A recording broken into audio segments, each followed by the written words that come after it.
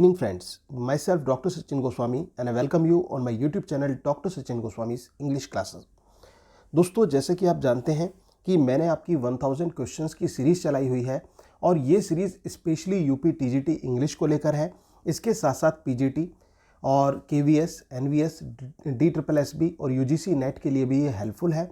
तो सभी इसको ध्यान से सुने, स्किप ना करें दोस्तों, लास्ट तक भी इसको, क्योंकि आपके लिए एक क्वेश्चन भी आपको बहुत इंपॉर्टेंट हो सकता है, क्योंकि एक क्वेश्चन से नौकरी आपके हाथ में आ सकती है और आपके हाथ से जा भी सकती है। तो ध्यान से समझते हुए चलना और कोशिश ये करूंगा कि जिस तरह से मैं आपको समझाता चलूंगा कि आपको हर कॉन्सेप्ट बिल्कुल क्लियर हो जाए और आप अच्छी तरह से इसे दिमाग में बिठा लें। दोस्तों इससे पहले मैं एक बात कहना चाहूँगा, अगर आपने डे 1 और डे 2 को देखा हो और आपको वीडियोस अच्छी लगी हो तो प्लीज़ वो मेरा जो चैनल है, अगर आपने अभी तक सब्सक्राइब नहीं किया है तो इसे सब्सक्राइब कर लेना और बेल आइकन को भी प्रेस करना ना भूलना। तो दोस्तों स्टार्ट करते हैं आज की class. In a word he is the universal poet. एक शब्द में कहें तो वो यूनिवर्सल पोएट है। किसके लिए कहा गया है ये दोस्तों? ये शेक्सपियर के लिए कहा गया है। शेक्सपियर को यूनिवर्सल पोएट का दर्जा यहाँ पर दिया गया है और किसने कहा है दोस्तों? WJ लॉन्ग ने कहा है। तो in a word he is the universal poet was said by Long about Shakespeare. किसने कहा था? लॉन्ग ने कहा था शेक्सपियर के बारे में। इसके बाद he was Indeed honest end of an open nature was said by Ben Jonson about William Shakespeare. वो वास्तव में बहुत ऑनेस्ट थे और एक ओपन नेचर के थे। ये किसने कहा था? ये बेन जॉनसन ने कहा था विलियम शेक्सपियर के बारे में। किसने कहा था दोस्तों?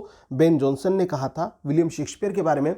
और दोस्तों एक बात और मैं बताना चाहूँगा, जो शेक्सपियर पर क्रिटिकल कमेंट्स किए गए हैं उनकी एक ट्रिकी मेथड की मैंने एक वीडियो स्पेशल से बनाई हुई है दोस्तों, तो उसका लिंक भी मैं डिस्क्रिप्शन बॉक्स में दे दूंगा। आप उसे, उस वीडियो को उस लिंक से आप गेट कर लें। और इसके साथ साथ टेलीग्राम चैनल पर भी उसका लिंक है, आप मेरे टेलीग्राम चैनल से जुड़ जाइए दोस्तों। टेलीग्राम चैनल का लिंक जो है मैं आपको डिस्क्रिप्शन बॉक्स में दे दूंगा। उस पर जितने भी स्टडी मटेरियल है, PDFs हैं, वो भी आपको टाइमली मिलती रहेंगी। और इवन जो मैं ये 1000 क्वेश्चंस की सीरीज चला रहा हूँ, इसके भी टोटल 1000 क्वेश्चंस आपको जैसे जैसे मैं कराता रहूँगा वैसे वैसे PDF वहाँ पर मिलती रहेगी। तो उसके लिए टेलीग्राम चैनल जरूर ज्वाइन कर लें। अब इसके बाद दोस्तों नेक्स्ट क्वेश्चन आता है, others abide our questions thou art free. दूसरे लोग जो हैं दोस्तों हमारे क्वेश्चंस में घिर जाते हैं। यहाँ पर ये कहा गया है दाउ आर्ट फ्री, और ये आर्ट इसको कर लेना, ये दाउ आर फ्री नहीं है, it's thou art, thou art free. और तुम्हारी जो आर्ट है वो स्वतंत्र है। कहने का मतलब तुम हमारे क्वेश्चंस के उसमें नहीं आते। ये किसने कहा था? ये मैथ्यू अर्नोल्ड ने कहा था। किसके बारे में? शेक्सपियर के बारे में। क्या कहा था दोस्तों?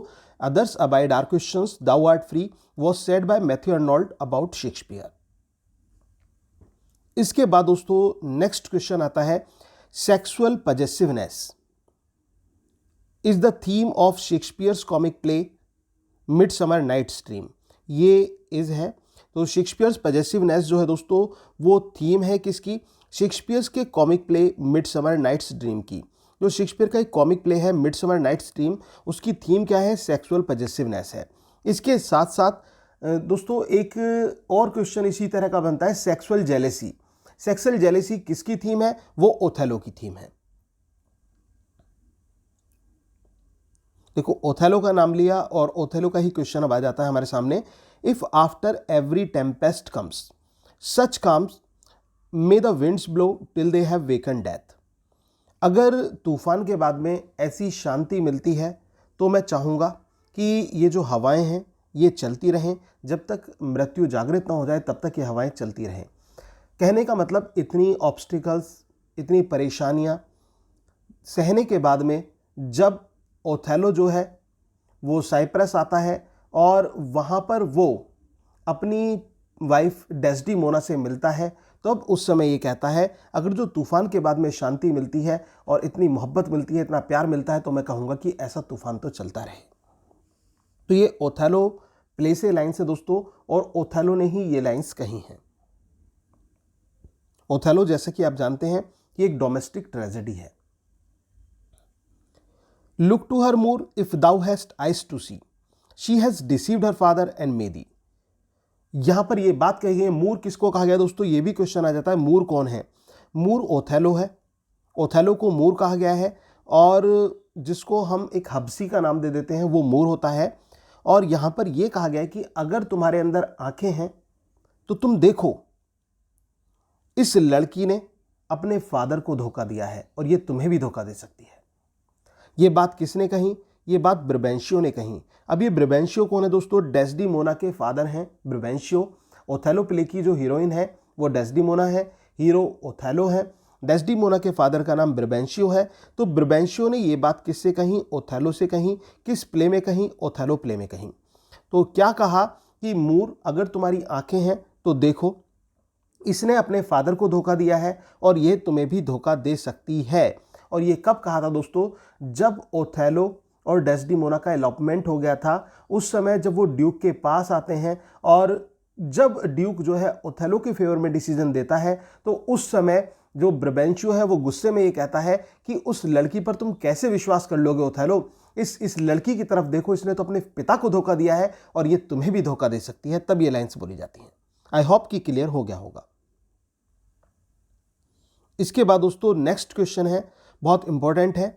Shakespearean tragedy published in 1904 is the famous critical work of AC Bradley. पूछा जाता है एग्जाम में कि शेक्सपियरियन ट्रेजेडी किसका वर्क है? जो शेक्सपियरियन ट्रेजेडी है ये किसका वर्क है दोस्तों?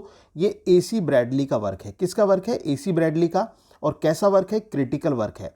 Critical work of AC Bradley. Shakespearean tragedy जो कि 1904 में पब्लिश हुआ था, ये एक फेमस क्रिटिकल वर्क है AC ब्रैडली का। आई होप कि क्लियर हो गया होगा। Published in 1904। Next one, Oxford lectures on poetry. Oxford lectures on poetry is the famous critical work of AC Bradley. जो ऑक्सफोर्ड लेक्चर्स ऑन पोइट्री है ये किसका वर्क है दोस्तों? ये भी AC ब्रैडली का वर्क है। ठीक है, AC ब्रैडली का वर्क है। It was published in 1909। किसका वर्क है? AC ब्रैडली का वर्क है। इसके बाद नेक्स्ट आता है, the relationship between Othello and Iago is the example of inversion. दोस्तों ये क्वेश्चन मोस्ट इंपॉर्टेंट है और एग्जाम्स में पूछ ले जाता है। The relationship between Othello and Iago, जो ओथेलो और इयागो के बीच में रिलेशनशिप है, ओथेलो और इयागो के बीच में, वो किस चीज़ का एग्जाम्पल है? वो इन्वर्जन का एग्जाम्पल है। अब दोस्तों इन्वर्जन क्या होता है? इन्वर्जन मतलब होता है reversal of position, reversal of status, reversal of dignity. जो एक रिवर्सल होता है ना पोजीशन में, स्टेटस में, डिग्निटी में, वही होता है इन्वर्सन। और जैसे कि आप पूरी कहानी में देखते हैं, ओथेलो जो है, ओथेलो ने कैशियो को लेफ्टिनेंट चुन लिया, जबकि इयागो को क्या उम्मीद थी? इयागो को ये उम्मीद थी कि भाई मुझे अपॉइंट किया जाएगा लेफ्टिनेंट के पद पर। अब लेकिन चुना तो कैशियो को गया। इसके बाद में इयागो जो है यहाँ से डिसाइड कर लेता है कि अब मैं इसकी ज़िंदगी को बिल्कुल ख़राब कर दूंगा, तबाह कर दूंगा इसकी ज़िंदगी को। तो दोस्तों वही तो जो एक रिवर्सल ऑफ पोजीशंस होती है, that is called inversion. Inversion, ये आई होप कि आपको क्लियर हो गया होगा। आगे बढ़ते हैं। Robert Greene described Shakespeare as an upstart crow. Robert Greene ने शेक्सपियर को अपस्टार्ट क्रो कहकर पुकारा है। ठीक है ना, रॉबर्ट ग्रीन ने शेक्सपियर को क्या कहा है? एक तरह से अटैक किया था एक पैम्पलेट में और क्या कहा था? अपस्टार्ट क्रो कहकर पुकारा था। Hamartia stands for tragic flaw, error of judgement, miss shot, missing of the mark. Hamartia का मतलब क्या होता है? हेमर्शिया का मतलब दोस्तों होता है जो ट्रेजिक फ्लॉ होता है। एक ट्रेजिक फ्लॉ मतलब एक बहुत बड़ी जो गलती होती है वो हेमर्शिया कहलाती है।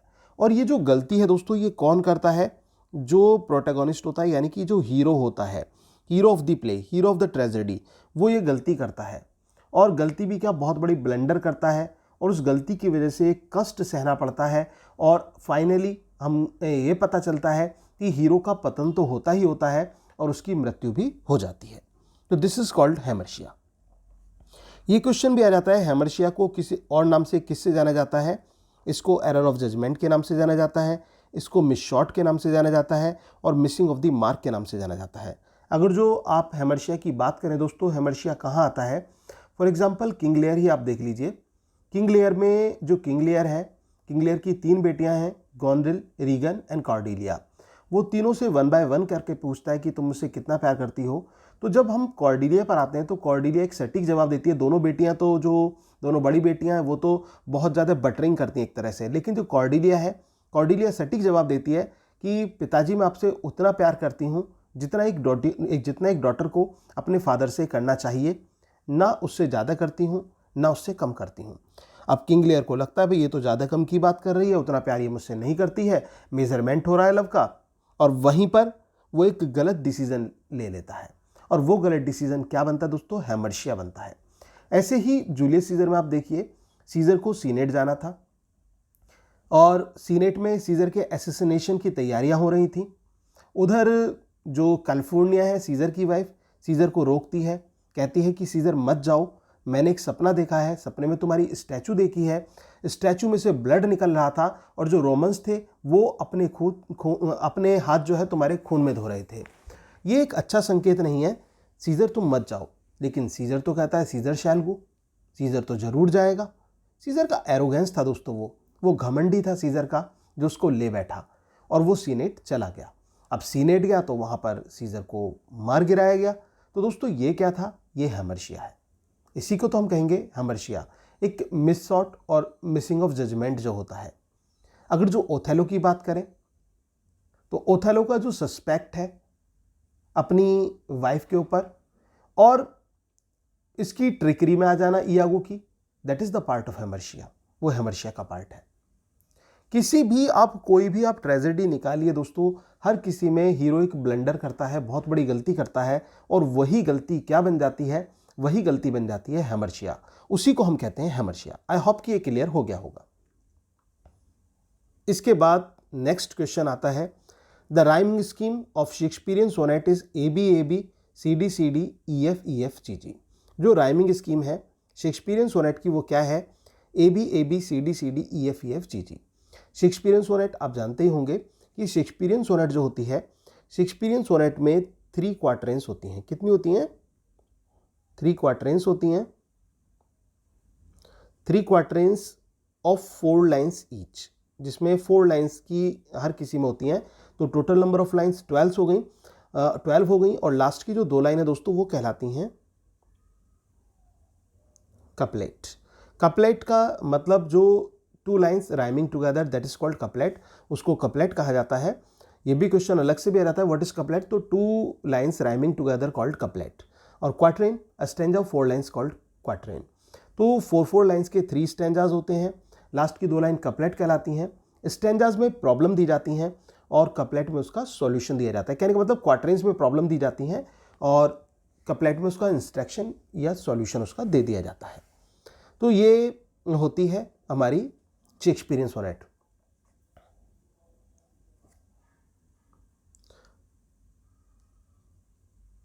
जैसे कि अब आप देखिए ट्रू लव को ही देख लीजिए। ट्रू लव में जो शेक्सपियर क्या कहता है, if this be true and upon me proved, if this not be true and upon me proved, I never writ, no man ever loved. अगर जो बात मैंने कही है वो गलत हो तो मैं समझूंगा दुनिया में किसी से प्यार किया ही नहीं और मैं कभी लिखूंगा ही नहीं। और टाइम एंड लव में देखिए कपलेट में वो क्या कहते हैं, O none unless this miracle have might that in black ink my love may still shine bright. चाहे दुनिया कितनी ही तबाह क्यों ना हो जाए, समय कितना ही पावरफुल क्यों ना हो जाए, सब चीज़ें नष्ट क्यों ना हो जाए, लेकिन मेरा जो प्यार है वो काली शाही में चमकता रहेगा। क्वेश्चन ये भी आ जाता है दोस्तों एग्जाम में कि ब्लैक इंक किसको कहा है शेक्सपियर ने? तो ब्लैक इंक का मतलब पोएट्री है। इसके बाद दोस्तों नेक्स्ट क्वेश्चन आता है, O father surely that is a spirit, lord how it looks about. Father मुझे तो ऐसा लगता है कि कोई स्पिरिट है वो, और देखो तो सही फादर ये कैसी, मतलब किस तरह से दिखाई पड़ती है। दोस्तों ये जो लाइंस हैं ये कौन कहता है? ये लाइंस दोस्तों, ये लाइंस मिरांडा के द्वारा बोली जाती हैं। किसके द्वारा बोली जाती हैं? मिरांडा के द्वारा बोली जाती हैं। मिरांडा अपने फादर प्रोस्पेरो से बोल रही है। किससे बोल रही है? मिरांडा अपने फादर प्रोस्पेरो से बोल रही है। और किसके बारे में? टू हुम शी लव्स, जिससे वो मतलब जिसको वो प्यार करेगी आगे चल के। अभी तो उसने देखा है उसको, उसके बाद they both will fail in love, दोनों को एक दूसरे से प्यार हो जाएगा। तो वो फर्डिनेंड है। फर्डिनेंड के बारे में वो मिरांडा अपने फादर प्रोस्पेरो से बोल रही है जब वो उसको वहां पर देखती है। Julius Caesar, Antony and Cleopatra, Coriolanus are Roman plays by Shakespeare. जो जूलियस सीजर है, जो एंटोनी क्लियोपेट्रा है, कॉरेलिनस है, ये रोमन प्लेस है। रोमन प्लेस जिसमें रोमन सेटिंग हो और इसके अलावा हिस्टोरिकल बैकग्राउंड तो होता ही होता है, वॉर्स को जगह दी जाती है और specially Roman setting, Roman background को रिप्रेजेंट किया जाता है। तो जूलियस सीजर हुआ, एंटोनी क्लियोपेट्रा हुआ, कॉरेलिनस हुआ, ये हमारे रोमन प्लेज माने जाते हैं विलियम शेक्सपियर के। अभी देखो जो हम बात कर रहे थे सेक्सुअल पजेसिवनेस मिडसमर नाइट का है, कंफ्यूज होने की जरूरत नहीं है। और सेक्सुअल जेलेसी जो है थीम, ये शेक्सपियर के प्ले ओथेलो की थीम है। तो सेक्सुअल जेलेसी किसकी थीम है? ये शेक्सपियर के प्ले ओथेलो की थीम है। इसके बाद दोस्तों नेक्स्ट क्वेश्चन आता है, Iago is supposed to be the most villainy character of William Shakespeare. ये क्वेश्चन आता है कि सबसे ज्यादा जो मोस्ट विलेनी कैरेक्टर है शेक्सपियर का वो कौन है, कौन सा वो किरदार है जो मोस्ट विलेनी माना जाता है? तो आपका आंसर होगा इयागो। और इयागो आप जानते हैं कि कौन से प्ले से है? ओथेलो प्ले से है। ओथेलो जो कि एक डोमेस्टिक ट्रेजेडी है, शेक्सपियर के द्वारा लिखी गई। इसके बाद नेक्स्ट क्वेश्चन आता है, the language of poetry is a selection of real language of a man in a state of vivid sensations. जो लैंग्वेज ऑफ पोएट्री है ये सिलेक्शन होता है हमारी रियल लैंग्वेज का। और रियल लैंग्वेज किसकी? मानव की रियल लैंग्वेज। और अलग अलग सेंसेशंस में से ली गई जो चुनी गई वो लैंग्वेज होती है। ये बात किसने कही? विलियम वर्ड्सवर्थ ने ये स्टेटमेंट दिया। किसने स्टेटमेंट दिया? विलियम वर्ड्सवर्थ ने।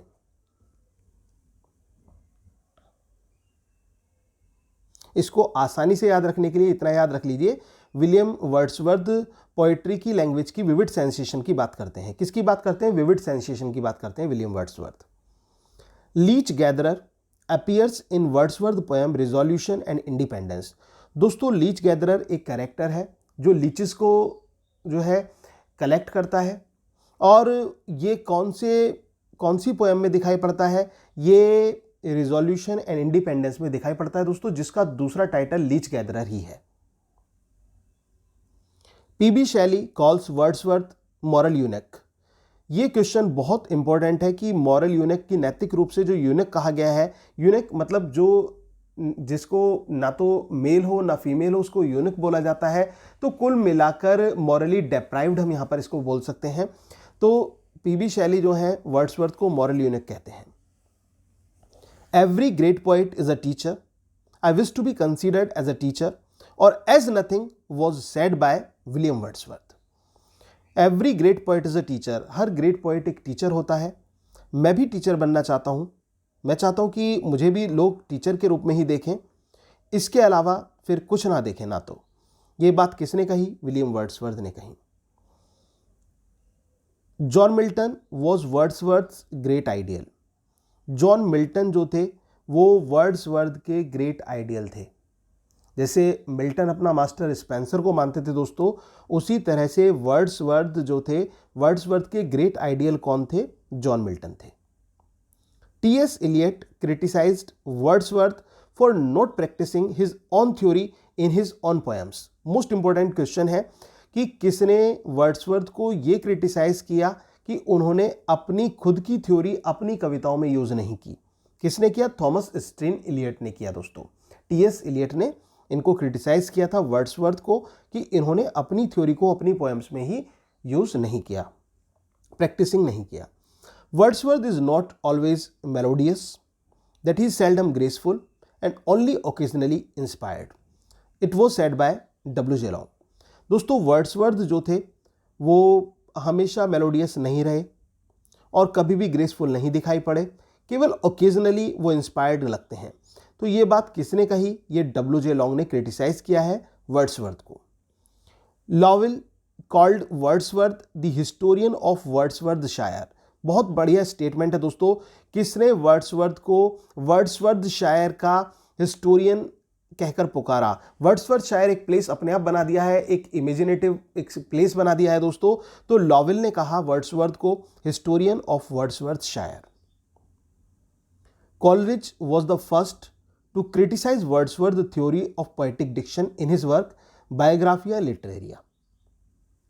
कॉलरिज जो थे वो पहले के ऐसे क्रिटिक थे जिन्होंने वर्ड्सवर्थ की थ्योरी ऑफ पोएटिक डिक्शन को अपने वर्क बायोग्राफिया लिटरेरिया में क्रिटिसाइज किया। क्वेश्चन ये भी आ जाता है कि बायोग्राफिया लिटरेरिया किसका वर्क है? Your answer will be S T. Coleridge, Samuel Taylor Coleridge का वर्क है दोस्तों ये। और कॉलरिज ने जो था फर्स्ट क्रिटिसाइज किया था वर्ड्सवर्थ की थ्योरी को, पोएटिक डिक्शन को, अपने वर्क बायोग्राफी लिटरेरिया में। दोस्तों दोनों ही एक एज के पोइट थे, रोमांटिक एज के, वर्ड्सवर्थ भी और कॉलेरिज भी। कॉलेरिज वर्ड्सवर्थ से थोड़े सीनियर थे, और लेकिन दोनों के अंदर एक ज़मीन आसमान का अंतर हम कह सकते हैं। और वो अंतर क्या था? जो वर्ड्सवर्थ थे वो नेचुरल कॉन्सेप्ट ऑफ नेचर को फॉलो किया करते थे, और जबकि एस.टी. कॉलेरिज जो थे वो एबनॉर्मलिटी ऑफ नेचर यानी कि सुपर नेचुरलिज्म को रिप्रेजेंट किया करते थे अधिकतर अपनी पोएम में। Prelude is an autobiographical poem of William Wordsworth divided into 14 sections या बुक्स, आप इसको कह सकते हैं। सेक्शंस में भी क्वेश्चन हो सकता है, बुक्स में भी हो सकता है। तो प्रिल्यूड जो है ये एक ऑटोबायोग्राफिकल पोएम है। किसकी पोएम है दोस्तों? विलियम वर्ड्सवर्थ की है। और कितने सेक्शंस में डिवाइडेड है? 14 सेक्शंस में डिवाइडेड है। याद रख लेना, बहुत इंपॉर्टेंट क्वेश्चन है कि prelude autobiographical poem of Wordsworth divided into 14 sections. The growth of a poet's mind is the sub title of prelude. जिस प्रिल्यूड की हम बात कर रहे थे, ऑटोबायोग्राफिकल पोएम है, उसका सब टाइटल क्या है? दोस्तों ये सबको पता नहीं होता, तो इसको आप अच्छी तरह से दिमाग में बिठा लें, और क्वेश्चन आ सकता है एग्जाम में कि जो the growth of a poet's mind, ये किसका टाइटल है? सब टाइटल किसका है ये? तो ये सब टाइटल है प्रिल्यूड का। किसका सब टाइटल है ये? प्रिल्यूड का सब टाइटल है the growth of a poet's mind. और प्रिल्यूड क्या है? ऑटोबायोग्राफिकल वर्क है वर्ड्सवर्थ का प्रिल्यूड जो है, और 14 सेक्शन में डिवाइडेड है। In the poem intimation of immortality, Wordsworth calls a child the best philosopher, mighty prophet, seer blessed. दोस्तों किस पोएम में वर्ड्सवर्थ जो एक बच्चे को बेस्ट फिलोसोफर, माइट प्रोफेट और सीड ब्लेस्ड का नाम देकर पुकारते हैं? तो ode on intimation of immortality, recollections from childhood पे से ये लाइंस आती हैं, ठीक है ना। इसमें उन्होंने क्या कहा है बच्चे को? स्पेशली ये पूछा जाता है best philosopher and mighty prophet किस पोएम में वर्ड्सवर्थ कहकर पुकारते हैं एक बच्चे को? तो आपका आंसर होगा ode on intimation of immortality. इसके बाद दोस्तों नेक्स्ट क्वेश्चन आता है, Proteus is Greek sea god mention in Wordsworth poem the word is too much with us. Question क्या आता है कि प्रोटियस का जिक्र कौन सी पोएम में हमें वर्ड्सवर्थ की देखने को मिलता है? तो आपका आंसर होगा the word is too much with अस में देखने को मिलता है। प्रोटियस कौन है? ग्रीक सी गॉड है, समुद्र के देवता हैं। ग्रीक में समुद्र के देवता माना गया है प्रोटियस को। और इनका जिक्र कहाँ आता है? Word is too much with अस में आता है, क्योंकि ये जब वर्णन करते हैं कि कितना सुंदर वो दृश्य होता है जब प्रोटियस जो है समुद्र के ऊपर उठता हुआ प्रतीत होता है और ट्रिटोन अपना शंखनाद करते हुए प्रतीत होते हैं। ट्रिटोन दोस्तों एक और समुद्र के देवता होते हैं, तो अपना शंखनाद करते हुए प्रतीत होते हैं। लेकिन हमारे पास for this and for everything we are out of time, हमारे पास तो समय ही नहीं है प्रकृति की चीज़ों के लिए। क्यों? क्योंकि हम तो भौतिकवाद के पीछे भाग रहे हैं। तभी तो वर्ड्सवर्थ कहते हैं the world is too much with us, getting and spending will waste our powers and we see little in nature that is ours. कि केवल कमाने में और खर्च करने में अपने जीवन को व्यर्थ कर देते हैं, और प्रकृति के लिए तो हमारे पास समय ही नहीं है। जो कि हमारी खुद की प्रकृति है उसके लिए हमारे पास समय नहीं है। प्रकृति में बहुत सुंदर सुंदर दृश्य होते हैं, लेकिन उनके लिए we are out of time, हम तो समय से बाहर हैं, हमारे पास समय ही नहीं है। ये बिल्कुल दोस्तों उस तरह की पोएम है जैसे कि आपने एक पोएम पढ़ी होगी डब्ल्यू बीट्स की, लेक आइल ऑफ इनिसफ्री। उसमें यीट्स क्या कहते हैं? I will arise and go now and go to Innisfree and small cabin build there of clay and wattles made and hive for the honey bee. कि अब मैं जागूंगा और चला जाऊंगा। कहाँ चला जाऊंगा? इनिसफ्री चला जाऊंगा, और एक छोटी सी झोपड़ी में वहां पर बनाऊंगा जो कि मिट्टी की और लचीली टहनियों की बनी होगी, और मधुमक्खियों के लिए वहां पर एक छत्ता होगा, और एक खुले मैदान में मैं उनकी आवाज के मध्य वहां पर अकेला रहूंगा। तो वो चीज है। क्यों वो जाना चाहते? क्योंकि he was fed up with the busy life of London. तो लंदन की जो जिंदगी है वो बहुत बिजी है, मेटलिस्टिक परस्यूट्स दिखाई पड़ती है, वहां पर एक भौतिकवादी जीवन है। तो वर्ड्सवर्थ यही कहते हैं कि हम जीवन की उधेड़ बुन में लगे हुए हैं, हमारे पास तो समय ही नहीं है। किसके लिए?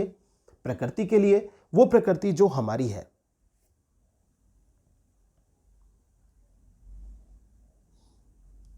In the poem Michael, the name of Michael Cottage is the evening star. This is again one of the most important questions. ये बहुत इंपॉर्टेंट क्वेश्चन में से एक है दोस्तों। और ये क्या है? ये क्वेश्चन है कि माइकल पोएम में थोड़ा दोस्तों आज आवाज़ में थोड़ा सा डिस्टर्बेंस हो रहा है क्योंकि मेरी थोड़े गले में दिक्कत है, तो इस वजह से ट्राई टू एडजस्ट इट। तो in the poem Michael the name of Michael cottage is the evening star. तो इस वजह से ज़्यादा तेज भी मैं नहीं बोल पा रहा हूँ, तो धीरे धीरे ही आपको पढ़ा रहा हूँ। तो लेकिन समझते हुए चलना दोस्तों, बहुत इंपॉर्टेंट क्वेश्चंस हैं, ध्यान से पढ़ना। In the poem Michael the name of Michael's cottage is the evening star. जो माइकल पोएम है, एक पेस्टोरल पोएम है वर्ड्सवर्थ की, उसमें मिल्टन की, इसमें माइकल जो हैं, माइकल का वर्ड्सवर्थ, मैं गलत बोल गया दोस्तों, वर्ड्सवर्थ की ही ये पोएम है, मैं पहले वो मिल्टन बोल गया इसको। माइकल पोएम में माइकल का जो कैरेक्टर है ये दिखाई पड़ता है हमें, और माइकल की जो कोटेज है, माइकल की जो झोपड़ी है, उसको क्या कहा गया है, उसको इवनिंग स्टार का नाम दिया गया है। किसको इवनिंग स्टार का नाम दिया गया है? माइकल की कोटेज को इवनिंग स्टार कहा गया है। माइकल एक पोएम है, पेस्टोरल पोएम है, विलियम वर्ड्सवर्थ की लिखी हुई है, और इसमें माइकल का कैरेक्टर आता है, माइकल एक कॉटेज में रहता है और उसकी कॉटेज को नाम दिया गया है इवनिंग स्टार। आई होप कि क्लियर हो जाएगा। इसके बाद दोस्तों नेक्स्ट क्वेश्चन आता है, Triton Greek sea god appears in Wordsworth's poem the world is too much with us. Triton जो है एक ग्रीक सी गॉड है। कौन है ये? ग्रीक सी गॉड है, जो कि वर्ड्सवर्थ की poem the world is too much with अस में अपीयर होते हैं। मैंने अभी आपको बताया था ट्रिटन जो है वो अपना शंखनाद करते हुए हमें प्रतीत होते हैं। John Crowe Ransom calls Wordsworth one of the giants of English poetry. किसने वर्ड्सवर्थ को one of the giants of English poetry का नाम दिया है दोस्तों? आपका आंसर होगा John Crowe Ransom. John Crowe Ransom. We are selfish men oh raise us up return to us again. हम लोग स्वार्थी लोग हैं, उठो और हमारे पास दोबारा से लौट आओ। किसने कहा दोस्तों? ये वर्ड्सवर्थ ने कहा, अपनी पोएम टू मिल्टन में कहा। वर्ड्सवर्थ ने मिल्टन को जो अपनी पोएम एड्रेस की थी, तो टू मिल्टन में वहां पर ये बोलते हैं, Wordsworth uttered nothing base was said by Lord Alfred Tennyson. Wordsworth uttered nothing base, this is the statement given by Tennyson. ये टेनिसन ने स्टेटमेंट दिया था। Poetry shed no tears such as angels weep but natural and human tears.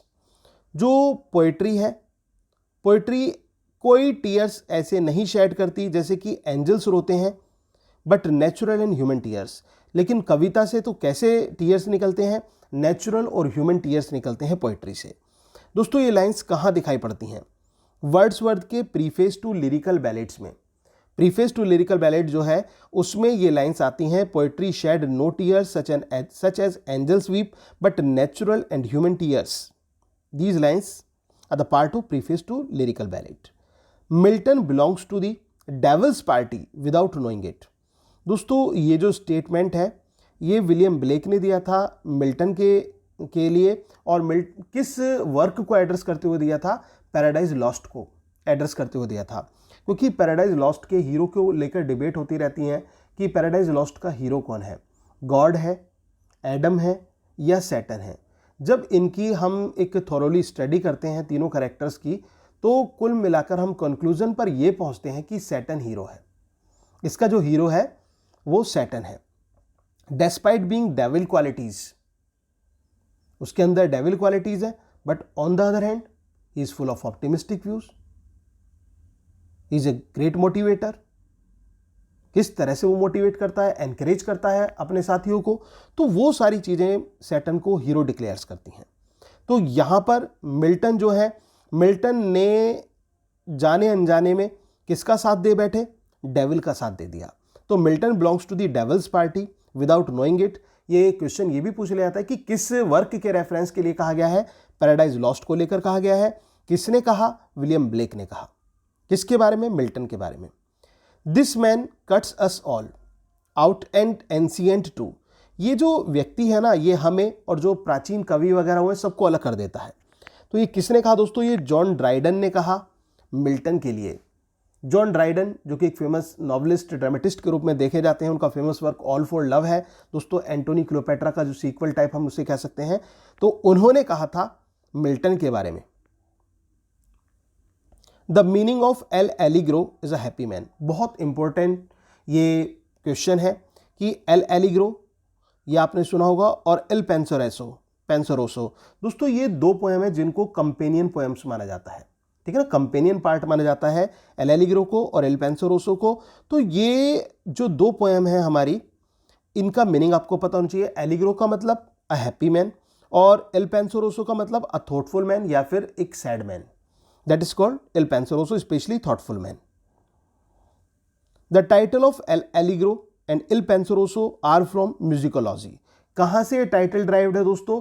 Musicology से ये title derived है, L Allegro का और Il Penseroso का। Tennyson calls Milton God gifted organ voice of England. ये क्वेश्चन आता है कि मिल्टन को God gifted organ voice of England किसने कहा है? Your answer will B Lord Alfred Tennyson. किसने कहा दोस्तों? टेनिसन ने बोला है। टेनिसन जो कि रिप्रेजेंटेटिव पोएट रहे हैं विक्टोरियन इरा के, तो उन्होंने मिल्टन को God gifted organ voice of England का नाम दिया है। दोस्तों बहुत इंपॉर्टेंट क्वेश्चंस की सीरीज है, बहुत ही स्पेशल है आपके लिए, ध्यान से समझते हुए चलिए। और इसके साथ साथ मैं फिर से आपसे कहना चाहूँगा कि टेलीग्राम चैनल से भी जुड़ जाइए एक स्टडी मटेरियल्स के लिए और कंटिन्यूस जो आपको पीडीएफ्स के लिए, उससे भी आप जुड़े रहिए ताकि आपकी जो स्टडी है वो रेगुलर बनी रहे। इसके साथ साथ दोस्तों अगर आप नोट्स लेना चाहते हैं हमारे, तो आप मुझे मेरे नंबर पर कांटेक्ट कर सकते हैं जो कि स्पेशली बनाए गए हैं यूपी टीजीटी पीजीटी इंग्लिश को लेकर।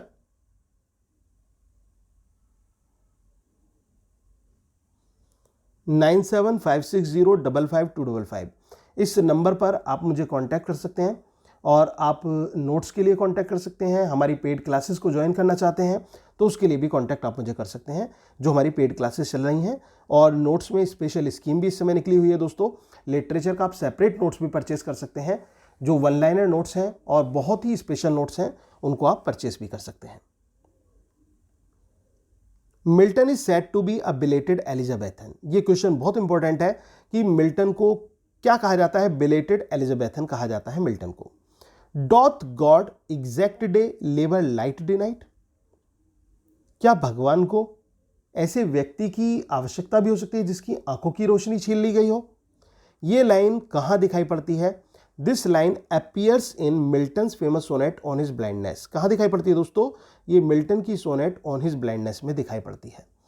ऑन हिज ब्लाइंडनेस, जिसमें मिल्टन अपनी आंखों की रोशनी के चले जाने पर दुख व्यक्त करते हैं और कहते हैं, when I consider how my light is spent in half my days the world became dark far and white and the talent lost with me useless, thou my soul more went to serve there with my maker and present my true account least returning child।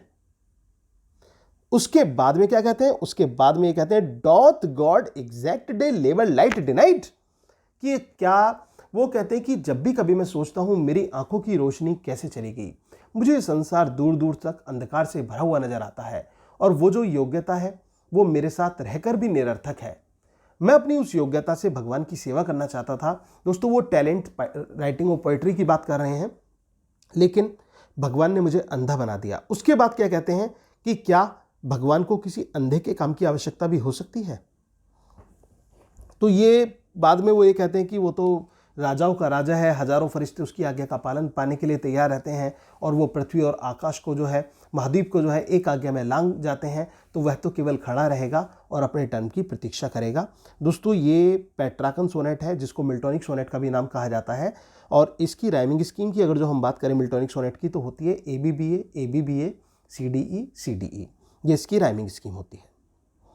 इसके बाद next question पर हम आ जाते हैं, लेकिन उससे पहले दोस्तों मैं ये कहना चाहूँगा, अगर वीडियो अच्छी लग रही हो, क्वेश्चंस आपके अच्छे समझ में आ रहे हो, तैयारी बढ़िया हो रही हो, एकदम जिसको बोलते हैं चकाचक तैयारी होना, वो तैयारी आपकी चल रही हो, तो प्लीज़ वीडियो को लाइक ज़रूर कर देना और कमेंट बॉक्स में जो कमेंट करने के लिए दोस्तों थोड़ा सा टाइम तो निकाल लिया करें अपने फीडबैक के लिए, क्योंकि आपका फीडबैक बहुत ज़रूरी होता है। तो अपना इस प्रीशियस टाइम थोड़ा सा निकालिए, क्योंकि मैं देखता हूँ व्यूज़ तो आते हैं बट उतने कमेंट नहीं आते जितने आपके व्यूज़ आते हैं।